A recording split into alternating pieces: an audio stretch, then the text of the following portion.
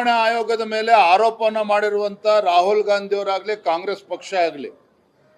ಚುನಾವಣಾ ಆಯೋಗ 7 ದಿನದ ಒಳಗಡೆ ಸ್ಪಷ್ಟೀಕರಣ ನೀಡಬೇಕು, ಅಫಿಡವಿಟ್ ಅನ್ನು ಸಲ್ಲಿಸಬೇಕು ಅಂತ ಹೇಳಿದ್ರೆ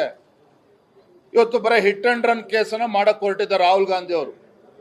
ಹಿಂದೆ ಕರ್ನಾಟಕದಲ್ಲೂ ಸಹ ವಿಧಾನಸಭಾ ಚುನಾವಣೆ ಸಂದರ್ಭದಲ್ಲಿ 40% ಭ್ರಷ್ಟಾಚಾರ ಅಂತೇಳಿ ಅಂದಿನ ಬಿಜೆಪಿ ಸರ್ಕಾರವನ್ನ ಮೇಲೆ ಆರೋಪವನ್ನ ಮಾಡಿ ಚುನಾವಣೆಯಲ್ಲಿ ಗೆದ್ದು ಬಂದಿರತಕ್ಕಂಥ ಕಾಂಗ್ರೆಸ್ ಸರ್ಕಾರ ಇವತ್ತು ಅಲ್ಲಿ ಬಿಹಾರದಲ್ಲೂ ಕೂಡ ಇದೇ ರೀತಿ ಷಡ್ಯಂತ್ರ ಮಾಡಿ ಚುನಾವಣಾ ಆಯೋಗದ ಮೇಲೆ ಆರೋಪ ಮಾಡಿ ಬಿಜೆಪಿ ಮೇಲೆ ಆರೋಪವನ್ನು ಹೊರಿಸಿ ಬಿಹಾರ ಚುನಾವಣೆ ಗೆಲ್ತಕ್ಕಂಥದ್ದು ಕುತಂತ್ರ ಇದರಿಂದ ಅಡಗಿದೆಯೇ ಹೊರತು ರಾಹುಲ್ ಗಾಂಧಿ ಅವರ ಆರೋಪದಲ್ಲಿ ಸತ್ಯಾಂಶ ಇದ್ದಿದ್ದೇ ಆಗಿದ್ರೆ ಚುನಾವಣಾ ಆಯೋಗ ಹೇಳಿದಂತೆ ಈಗಾಗಲೇ ಸ್ಪಷ್ಟೀಕರಣ ಅಥವಾ ಅಫಿಡವಿಟ್ ಅನ್ನು ನೀಡಬೇಕಾಗಿತ್ತು. ಇದು ಚುನಾವಣೆ ಬಿಹಾರ ಚುನಾವಣೆ ಗೆಲ್ತಕ್ಕಂಥ ಕುತಂತ್ರ ಇದರಿಂದ ಹೊರತು ಇನ್ನೇನು ಸತ್ಯಾಂಶ ಇದೆ ಅಂತೇಳಿ ನಮಗಂತೂ ಅನ್ಸೋದಿಲ್ಲ.